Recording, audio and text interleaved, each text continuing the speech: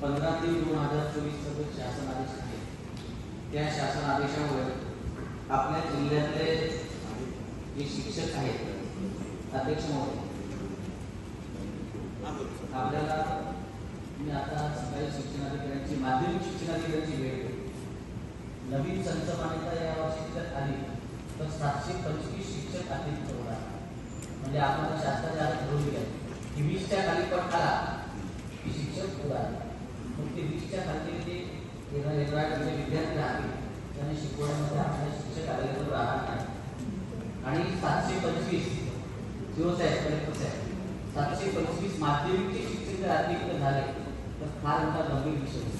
हा माध्यमिकचा विषय आहे. तसेच प्राथमिकचे शिक्षक सुद्धा अतिरिक्त होऊ शकते. मंत्री महोदय माझ्या आपल्याला विनंती आहे की सीएम साहेबांशी आपल्याला बोलावं लागेल की सिंधुदुर्ग तर सभागृहात प्रश्न उत्तर केला होता की एकतर विद्यार्थी संख्या आमच्या दुर्गम भागामध्ये डोंगराळ भागामध्ये कमीच आहे. 20च्या खाली जर पडायला की शिक्षक उरतो तर त्या 20 विद्यार्थ्यांना शिकवण्यासाठी शिक्षक आपल्याला लागणारच नाही. तर तो निकष बदलण्यासाठी आपल्याला विशेष प्रयत्न करावे लागतात. सीएम अधिक शिक्षण मंत्री आणि तो विषय आवश्यक आहे. आपल्याकडे तोच आहे. तुमच्याकडे आमच्या परत नाही. बरोबर. दुसरा विषय असा आहे की मी आता सिंधुदुर्ग जिल्ह्यातल्या बऱ्याच संस्था पाहिल्या त्यांच्यामध्ये काहीतरी वाद आहेत.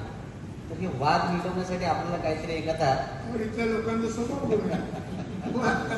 त्याच्यामुळं शिक्षकांच्या इन्क्रिमेंट असतील, मुख्याध्यापकाच्या मान्यता असतील, या सगळ्या रखडलेल्या आहेत. मुख्याध्यापक सेवानिवृत्त झाले तरी त्याला मुख्याध्यापकाची मान्यता मिळाली नाही. काहींचे पेन्शन प्रकरण रखडलेले आहे.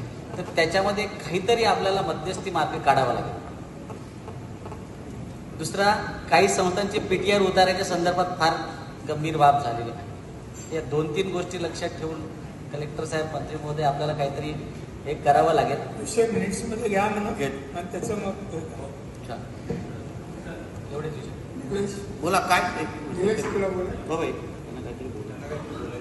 कोण हॅलो कोण आहे पण ओळख सांगा तुमची.